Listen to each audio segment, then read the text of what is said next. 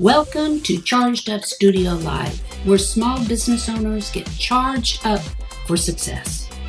Are you a small business owner? Do you find yourself struggling through the many responsibilities that come with the title entrepreneur? Well, we're here for you. Charged Up Studio is hosted by Market Atomy LLC, your prescription for what we call OPA. What is OPA? It's when you become so overwhelmed with the confusion that comes with business ownership that you become paralyzed and ultimately avoid doing anything in hopes it will take care of itself, or you put it off till later. Does that sound familiar? I'm your host, Dan Olivo, and each week we bring a business professional eager to charge you up as they talk about the many things that keep you from moving forward with your small business. So are you ready to get charged up for success? Let's hit it. So hello everybody and welcome to Charged Up Studio, where small business owners get charged up for success. So today we've got a very special guest with us. As business owners, we always are faced with challenges moving forward as we grow our small businesses. And some of the biggest challenges that we may face is our health challenges. Because as a small business owner, and we're running everything, a lot of times what happens is if we come down with a critical illness or whatever, our business stops. And so we're going to talk today with a young lady called Fitz Koehler with Fitzness. That's Fitzzness. And she's going to talk about the struggles that she went through fighting back from cancer. And we're going to talk about how you can overcome these challenges and still keep a handle on your business. So let's all give a heavy, happy, charged up studio welcome to Fitz Koehler. Thank you, Dana. Thank you for having me. And you know what? You are right.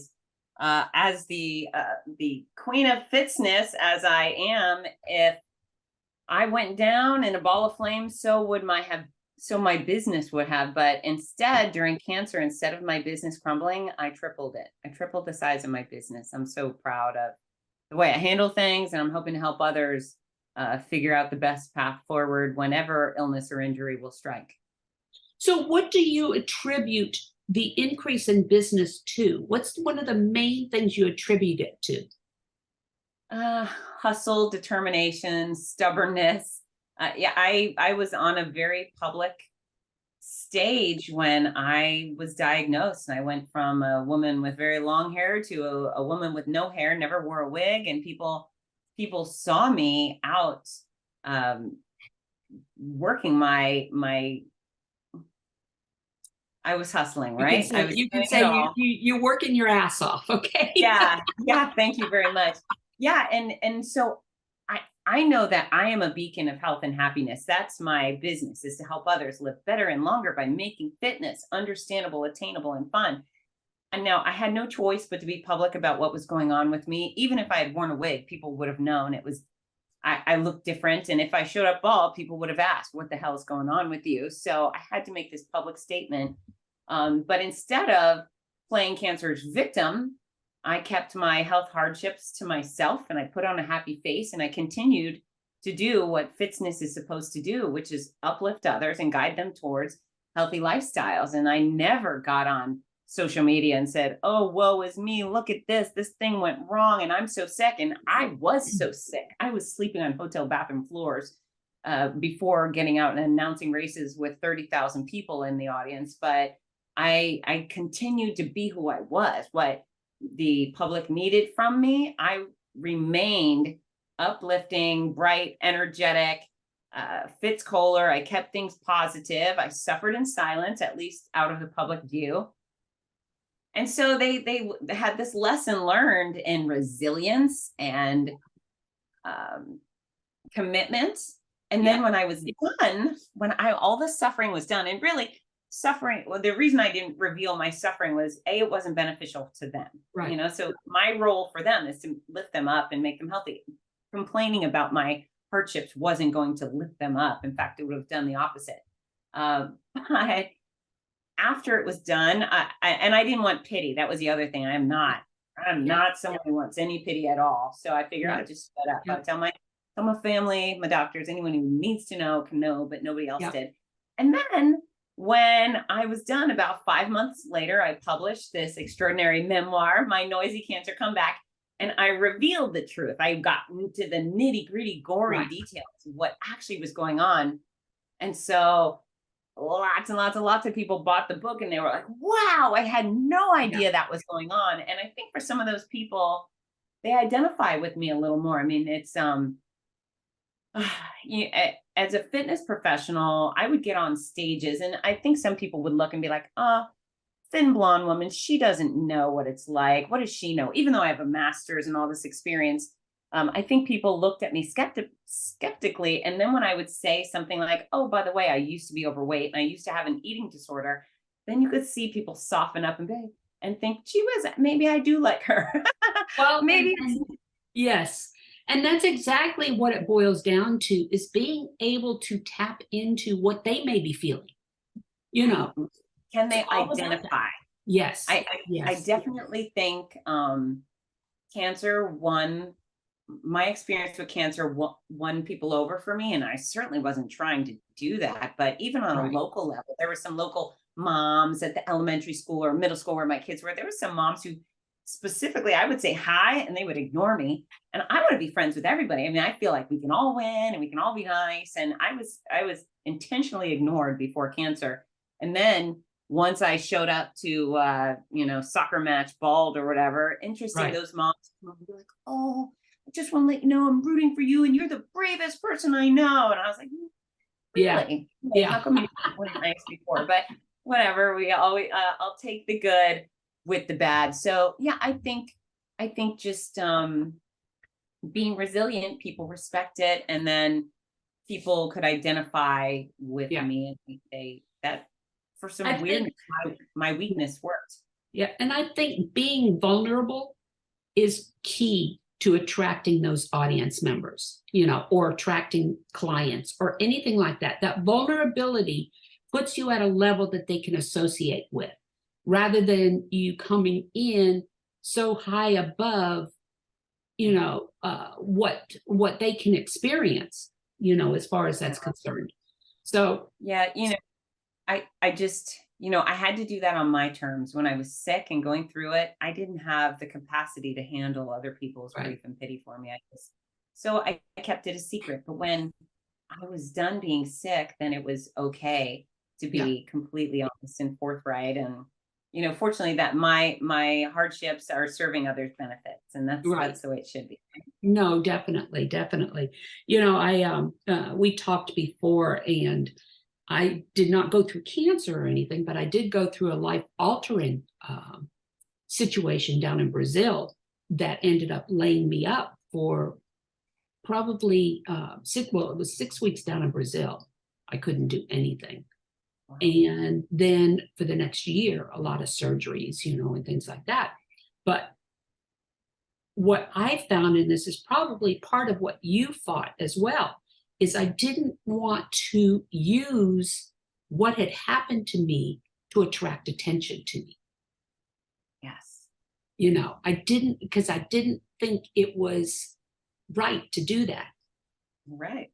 I thought, okay, I'm not going to play on their sympathy. I'm not going to talk about what happened to me. I'm not going to, but in reality, that story, the story that you can tell about the resilience and coming back and exactly what you did, and not taking no for an answer, and not backing down just because, your body's not keeping up with your mind per se, is people want to hear that because they can associate with it.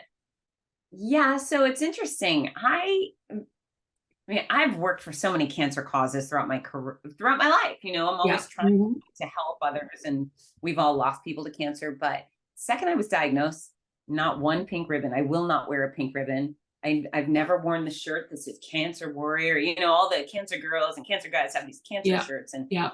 I I recoil from that because in my mind, cancer doesn't deserve any more room of honor on my chest. And I know the ribbons represent the fight and I support those causes. Yeah. But I can't give it any more room. I'm Yeah. already scarred up. I've got plenty of proof that cancer has affected me. So, you know, I've recoiled about getting attention for cancer to that extent.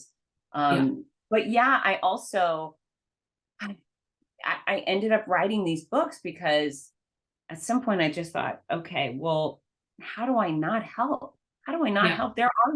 I mean, there are no resources for cancer patients, at least in books for health and fitness. There's nothing. There's zeros or there's zip, zilch. So being a fitness expert who also happens to have cancer street cred, who's been there, I would have been derelict in my duties had I not decided to help create resources to help others dig their way out of the hole like I did. So let me ask you this, because, you know, personal experience as well. Okay. What is the first thing that went through your mind other than the fact, oh my God, I got cancer? Okay. What is the first thing that went through your mind when it comes to your business? When you found out this, you know, that you had cancer, what was the first thing that went through your mind? It was, F no, it is not taking away this career I've built.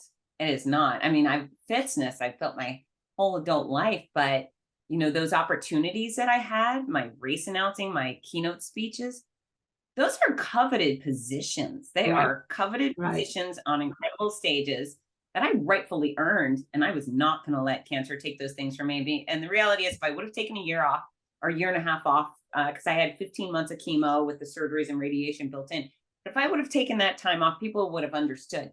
I wouldn't have understood. No. Fitzness would have completely fizzled out and died. All those races who loved me, who said, oh, we'll just fill in for you this year, they probably would have hired someone else and kept that other person. My opportunities would have just disappeared if I had stayed home. Yeah, but instead I figured out a way. I would get to the airport, and I always fly out at 6 a.m. I'm the first flight of the day girl because I don't want the other problems with other flights to affect me.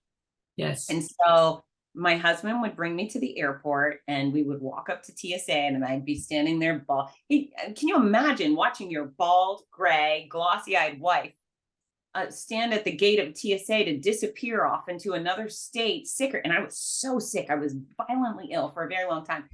And he would, every single time he would say, how are you going to do this? And I would just say, I just am. I just am. I had so much blind faith in me that nothing was going to get in my way. And I think that's the magic of creating a career that you are so passionate about, that you love so much that, you know, and that's the question that I ask. I do a lot of speaking for university seniors, people that are going to graduate. I say, choose a career that you would pursue, even in the face of a potentially lethal disease. Yeah. What would you move heaven and earth to do? That's the job for you. And the great gift for me is, man, travel was rough. If you can imagine, traveling with a stomach bug. No one would want that. I had it every day for an extended period of time. I would get to point B. My race directors would have IV fluids arranged for me with medical personnel. I mean, we went through a lot of steps to keep me upright and get me to do what I wanted. So you had a team. You had a team behind you that was helping to support you. I asked for a lot of help on certain occasions, and those IV fluids were the things that I needed because I was so sick. I was always so dehydrated. So that was a big ask. And in general, I mean, people were so polite and courteous and constantly trying to do little things, which meant a whole bunch. But I would sleep on the hotel bathroom floors. You know, when you're sick and you just like, I'm just going to stay here on the cold tile. I know. Yeah. And my alarm would go off at 4:30 in the morning. And I would drag myself up and I would get dressed and I would drag myself out to the start line, wherever it was. And the magic, the absolute magic is, no matter how sick I was, no matter what was hurting, my fingernails ripping off, nothing mattered. Everything disappeared. All the problems with me disappeared the second I stepped on those stages, because all of my attention was on my extraordinary events and the incredible thousands of people I was serving. It was, I mean, there is no drug on planet Earth that could have done for me No. what those wonderful people and events did. And as long as I was on a stage or with those athletes, as long as I had an athlete on the course, I got to be full for Fitz Koehler, and it was freaking awesome. It was so Yeah. great. I would shut down hardcore when they were done. I was like, uh-oh, Yeah. things are going wrong. Yeah. But it was worth it. And if I hadn't have done that, Dana, all I would have been was sick. Yep. And that's And unacceptable. you probably wouldn't have recovered as quickly as you did. No. It would have just continued on. When I went through what I went through,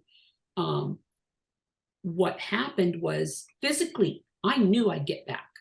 I believed I could get back physically, and I had 7 broken ribs, a collapsed lung, lacerated liver. I had 2 blown eye sockets, a hematoma, and my right arm was completely crushed. Physically, I knew I could get back. But what happened was when I got back to the States, 6 weeks later, I found out I had PTSD. Now, mentally, that was a challenge because that's difficult to get over. But when I started seeing and it wasn't even me who pointed it out, it was my sister. Said, Dana, there's something wrong. You need to go talk to somebody, And so started talking to somebody, and the psychiatrists were saying, well, we need to go and review your past, your history. And I said, why? I was fine before the accident. Why can't I just get there again after the accident? So, I enjoy what you're saying as far as that determination, that stubbornness. Okay. Even though I was wrong and I will state this, I was wrong with the psychiatrist when I said that, because I wasn't completely fine before the accident. I was just hiding it all, So what I like to say is the fact we've got to get to our inner self-sabotaging characters and find out where the root is that keeps us from moving forward. Obviously, you have a strong enough personality and everything, but did you ever go through any of those self-doubts? So the short answer is no. I've been blessed by birth with a naturally positive, cheery disposition. I actually was conceived in Disney World, and that's what my mom likes to tell me. Oh my gosh. I know. So Mickey kind of rubbed off on you. Yeah. So, but I just am naturally cheery and happy. I choose to be positive. I choose joy in every circumstance whenever possible. And that's a great gift, because not everybody has that. But I also think there's a lot of learned skills, and I've certainly learned determination, and I've learned that no quit mentality. I've learned failure was not an option for me through sports.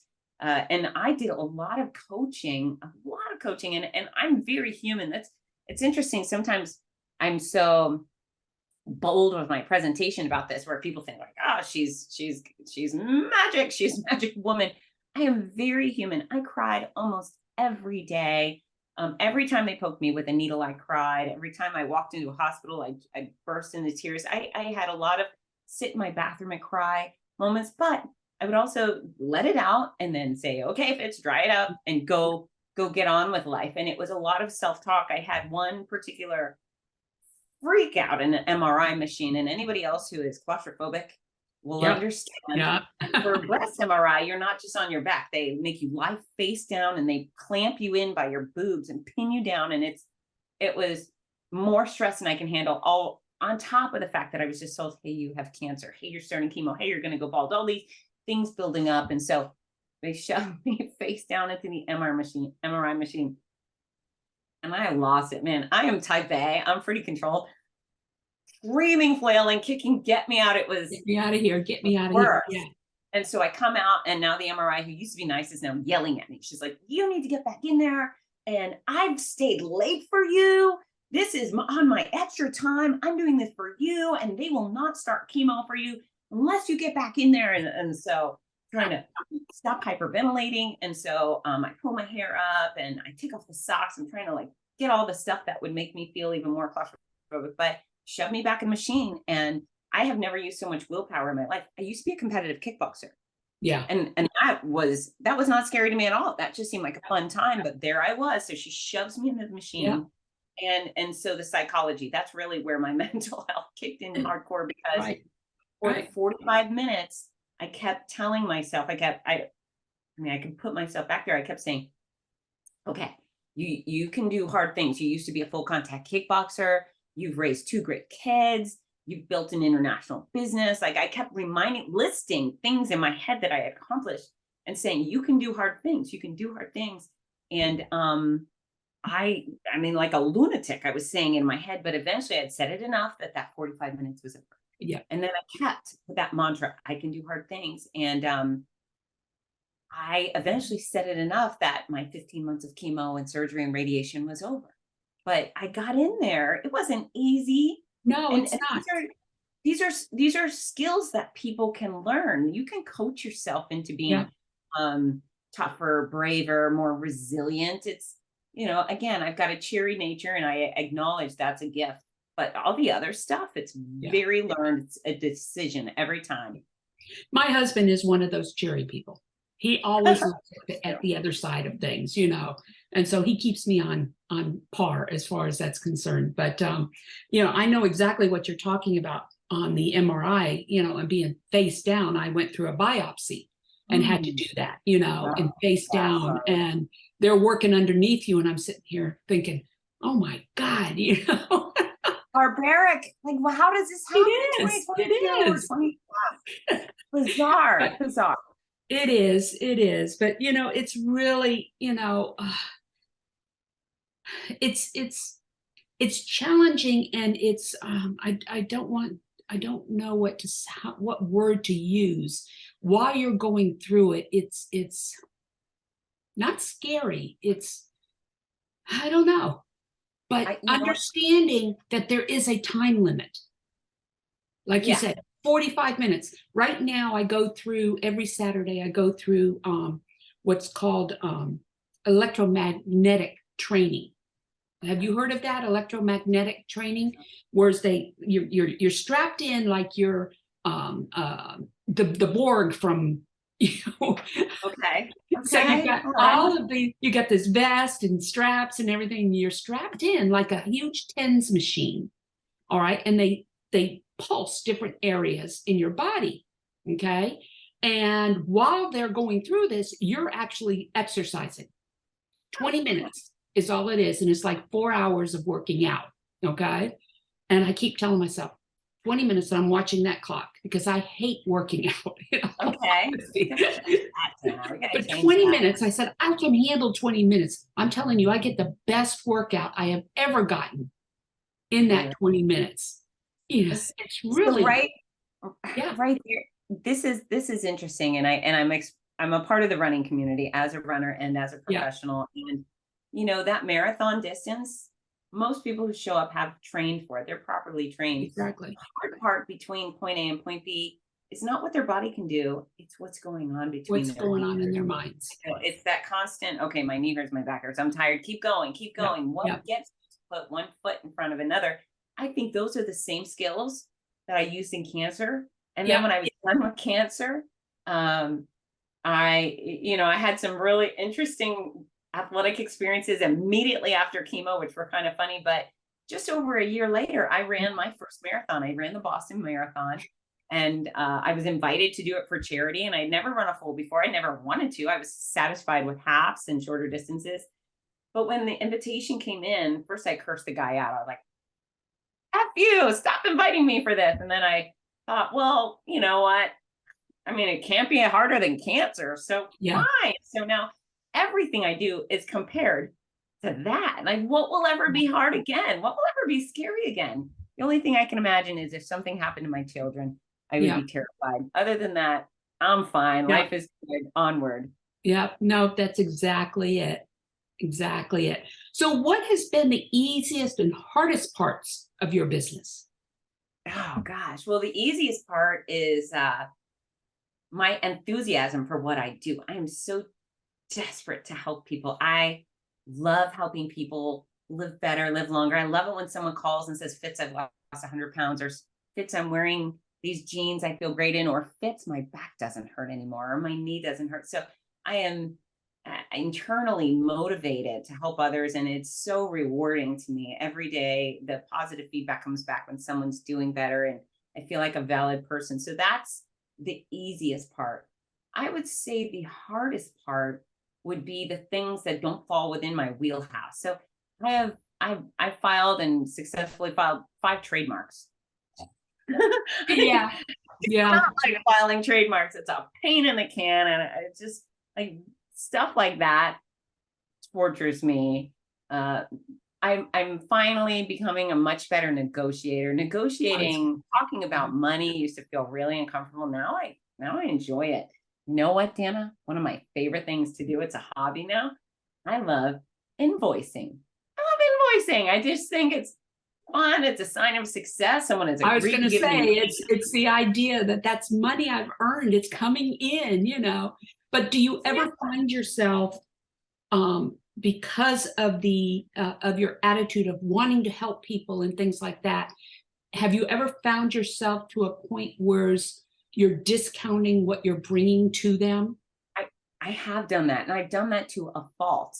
So which is why now I finally feel better. I know the value. There's a very big value to what I bring to the table. It took me a long time to figure it out. When I used to do, and it's been many years, but when I used to do personal training, you know, I fall in love with my clients. They become good friends, like family. And whenever they hand over a check, I feel so uncomfortable.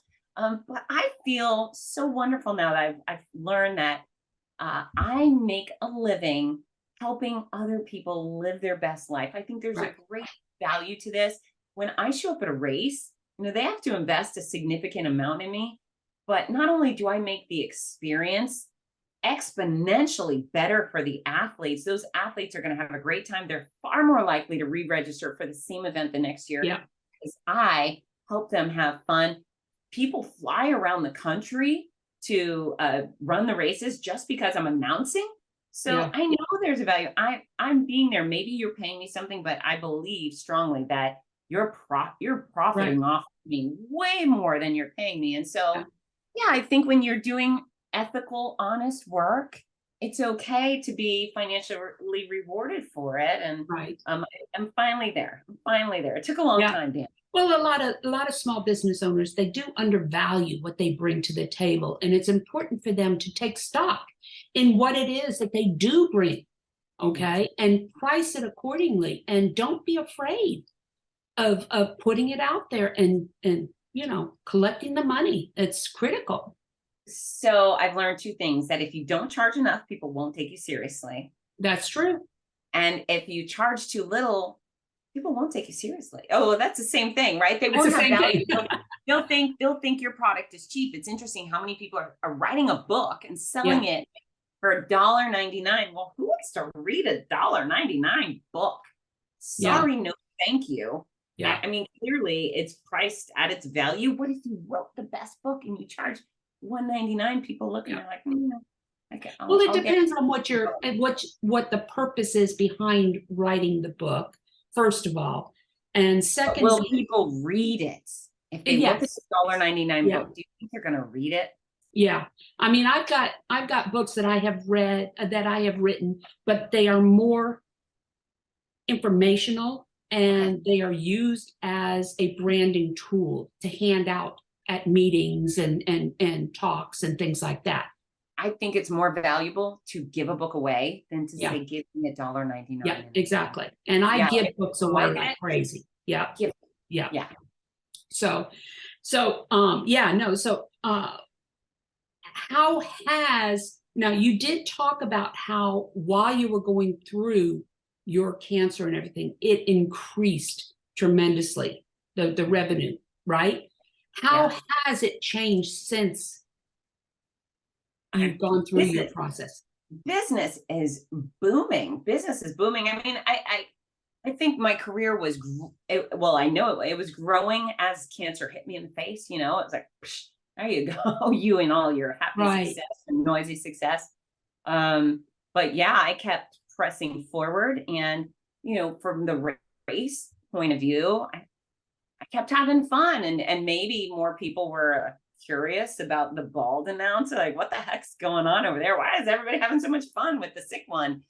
So race directors have reached out and said, hey, we love your energy. Can we get that over here? And so the calendars filled up. My willingness to discuss my cancer nonsense. Now, the only reason I talk about what I went through is to help you. Yeah. Right. So it's never like, oh, by the way, and this is it's about me. I only used my story because there's some serious lessons learned. When I wrote this book, The Noisy Cancer Comeback, my first instinct was I didn't know it was going to be a book. I just thought eventually I'll tell people, because stuff kept happening, such weird stuff. And it got so weird that it was funny. And we were laughing about it in the house. And I had all these weird nicknames. First I looked like Shrek, and then I looked like the baby from Toy Story with the spider legs, and then I became Voldemort, and we were just laughing. And I thought, you know what, people would have a good laugh at my expense. Yeah, that's the first thing I thought. Gosh, if people knew what was going on behind the scenes, they would die.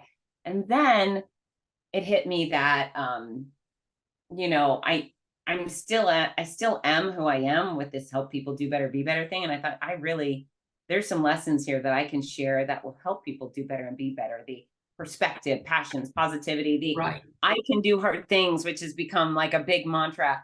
And so that's where that book came in. And then, you know, the other point of growth is, so I was wasted by treatment. I lost 11% of my body fat, or my body weight. I'm already a trim woman. I went from 125 to 110. I was skeletally skinny and so weak. And I had one of these aha moments in a fitness center. I finished the meanest part of chemo and surgery. And even though I had been working on mobility and balance and things to stay fit at home, this was my day to go back to the gym to strength train. I was so excited to get in there. And I sat down on a machine, I think chest press, and I tried to lift what I previously lifted, and that wasn't working. And I had to keep lowering the resistance. Eventually, I found I could only lift 20% of what I had previously lifted. I was so ravaged. And I should have known this, because I couldn't open water bottles. I would have to pass them. Could you please open the water bottle? I sometimes couldn't open the car door. I mean, I was really weak. And so when I hit that 20% is what I could lift, I had two thoughts. Number one is, thank goodness I'm Fitz Koehler, the fitness expert, because I know exactly how to build my body back up. And I am going to, you know, do it gradually and wisely. And I'm going to get there. And not only am I going to be fit, but I'm going to be better. That was my like, F you to cancer. I'm just going to go hardcore and I'm going to be so great. But then I thought, okay, imagine I'm not fitness expert. Imagine what the other millions and millions of cancer patients and survivors out there are feeling when they hit rock bottom and they have no fitness savvy and no knowledge on how the heck to rebound from this shell of a person that you once were. I was a shadow of myself. I was a very pathetic little sick, weak person, but I was motivated and I was knowledgeable. And what about those people who didn't have it? And so Noisy was already in the process, but of what I committed to, and it's so funny. This is how cocky I was, Dana, and you know how hard it is to write a book. So I put in the back of this book, up next, Your Healthy Cancer Comeback, because I knew that it would have been derelict of my duty as a fitness expert not to share the blueprint for a healthy cancer comeback. And so Healthy Cancer Comeback, Sick to Strong, it's a manual, it's a full-blown, this is what you do upon diagnosis. This is how you train during chemo, during radiation, during surgeries. This is how you exercise, like hundreds of photos in the middle of regular exercise for someone who could stand. And now dozens of exercises. If you can't stand, here's exercises you can do in the chair. If you can't sit in the chair, here's things you can do in bed to maintain mobility and strength. Every time you get in the shower, I want you to do these series of stretches. And then when you're locked in an exam room alone, because we get locked in exam rooms forever. Here's how to do the best of that time. Stretches you can do on the exam table, push-ups on the counter. You can turn music on and you can dance in the room because the door is shut and it's your exam room. So it's a full-blown, there's nutrition, there's quality rest, there's compassion for yourself, there's motivation to do better, there's complementary care. The book is wildly thorough. And this is the thing. And there's a companion journal, Healthy Cancer Comeback Journal. Now, publishing one book is hard. I decided, I was like, double down. We're going to do two, because the second book is going to matter.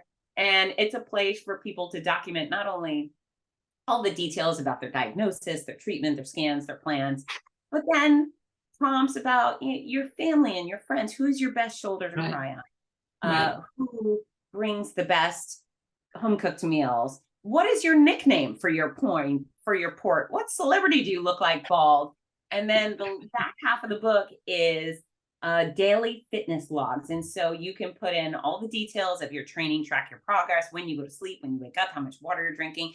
But then strawberry moments. Do you know what strawberry moments are? Mm-mm. Okay. No. So they're a wide known thing among some, but I learned about them when my kids went to summer camp out in the woods, a sleepaway camp. And at the end of the night, each cabin would gather before bed, and the kids would go around and share their strawberry moments, which are your favorite, your best moments of the day, the thing that made you feel special. And so at summer camp, it's probably winning a canoe race or making a new friend or singing a great song. But within cancer, believe it or not, even during cancer, you will have silver linings, you will have strawberry moments. And so every day, our cancer patient or survivor is documenting, the best moment of their day. And maybe it was a kind nurse, or maybe someone stuck you and it didn't hurt, or maybe an old friend texted you, whatever it is. It's so important when you're going through hard stuff to focus on the good things, because you could spiral down or you can spiral up, and this journal will help you spiral up. Okay. Well, it's important for you to be able to look at these times in your life and like you said, have some fun with it, because that takes the heaviness out of it. My accident in Brazil, I jokingly, every time I talk to people about it, I said, I'm the poster child of traffic planning down in Brazil. Oh, yeah. Okay. Because Brazil is terrible at planning. Boy. And so, joking about it is or just having fun with it, because if you're constantly, and you're a testament to this, okay? If you're constantly going to be looking at the bad side of things, you're never going to get over it. You're right. Looking at cancer, did you ever know or see the girl? I think she was on what is it? America's Got Talent. The girl, ovarian cancer. Yeah. And she just kept saying, that's okay. Don't worry about me. That's okay. And she made it through, and stuff like that. She was great. What was her nickname? I want to say it was Sparrow or Blackbird. Okay. I think it was Blackbird. But anyway, she didn't make it through. She knew she wasn't going to be making it through, but she had always wanted to sing. And she had a beautiful voice, So I did see that story, and it was gripping. And one of the things, and this is less on the you can do hard things thing, is I think it's important when we love someone going through something terminal, especially, is to continue to include them in the good parts of life. So I had a day that gave me two different perspectives. So it was at the worst part of my chemo, and everything was going wrong, and it was rough. But instead of flying home from announcing in Denver, which was hard, I flew to Orlando to watch my daughter compete in a cheerleading competition. And so that morning, again, all of these things has gone wrong. I finally had that epiphany that I understand why people discontinue treatment. If things were never going to be as good as they are today, this would be a time where I said, no, thank you. Please don't do this to me anymore. I'm just going to, enjoy the best. However, the other thing is, I wasn't dying. I was just suffering. And I went out to this arena packed with people to watch my daughter and her friends cheer. It was so hard to get there, and I felt so yucky, but I was so delighted to be there. I was so happy to be there with her and not just holed up in a room at home hiding out because I was sick. And so if it's your grandma, your husband, your kid, your whatever, and they're feeling bad, please don't discourage them from joining in, from Right. going to school or church or a show or a restaurant. Please include them. Don't, it's no, you need to stay home. Well, if they're dying anyways, freak, let them out, let them live however many days they live. So you learn a lot. You learn a lot going through these experiences, these life altering experiences. And, if I were to go back and flip the switch, I would definitely go back and not have cancer. I'm not one of those, like, it happened for Oh, a yeah. reason. Right. I'm so happy it happened. I'm not. But if I didn't come out better for it, and if I didn't use my platform to help others do better for my weird experience, that would be wasteful. Yes, no, you're exactly right. What, you got to look at, okay, what is really important in your life? Okay. And, your loved ones, those are the people who are going to be there to support you, and you need to be there to support them, no matter how you feel, as long as you can. But, Right. when I had my accident, even my clients down in Brazil, they were coming to my apartment because I couldn't go anywhere.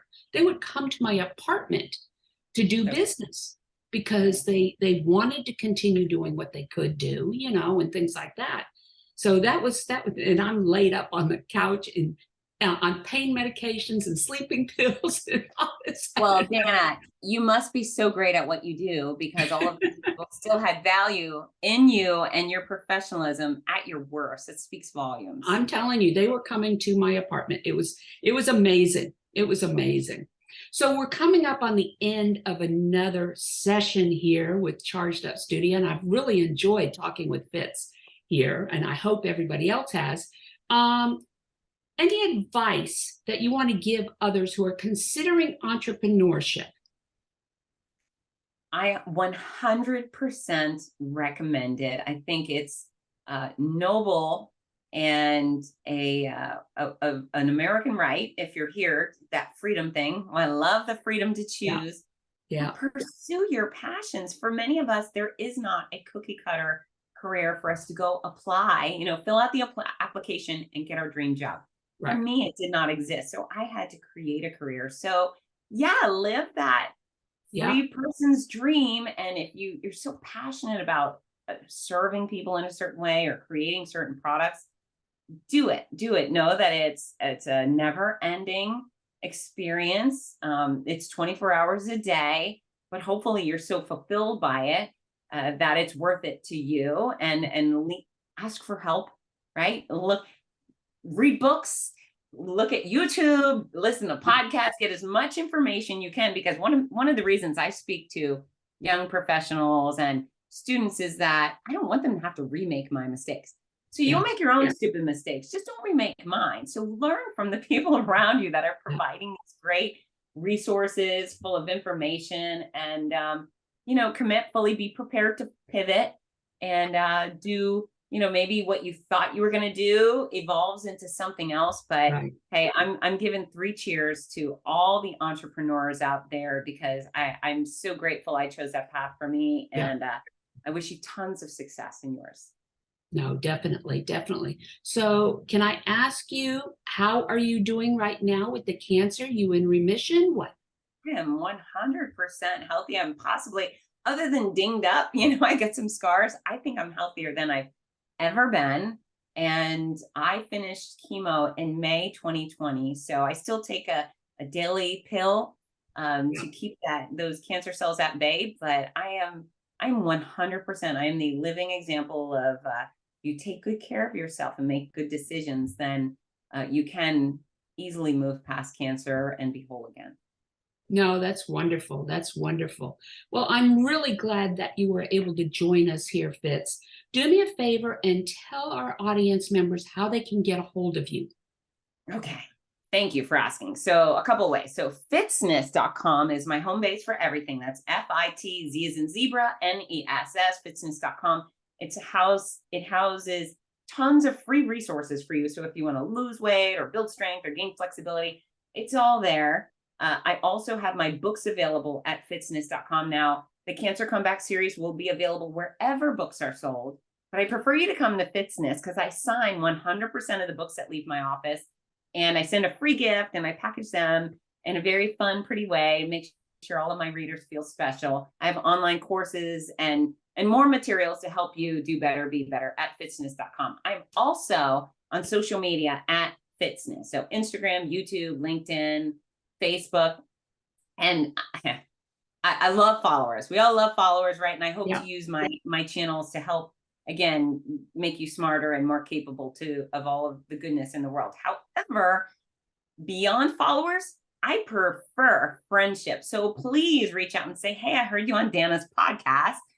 I'd like to connect. And that would be really special for me. So Fitzness everywhere. Excellent. Excellent. So you've been listening to Charged Up Studio Live, the podcast with you, the small business owner in mind, with myself, Dana Olivo, as host. Join us every Tuesday as we bring you valuable tips and insights into many of the topics you don't know about running a small business. Please leave us a review on any of the streaming platforms you're listening to us on, or visit our YouTube or Facebook page and leave a review or subscribe so you don't miss another episode. You can support us through Patreon by visiting our website, chargedupstudio.live, and click on the Patreon link. Until next week, go out and have a charged up week. Thank you once again, Fitz. Thanks, Dana. Bye, everybody. You've been listening to Charged Up Studio Live, the podcast with you, the small business owner in mind, with your host, Dana Olivo. Join us every Tuesday as we bring you valuable tips and insights into many of the topics you don't know about growing a successful business. Please leave us a review on any of the streaming platforms you are listening to, or visit us on the YouTube or Facebook page and leave a review or subscribe so you don't miss another episode. You can also support us through Patreon by visiting our website, chargedupstudio.live, and click on the Patreon link. Until next week, go out and have a charged up week.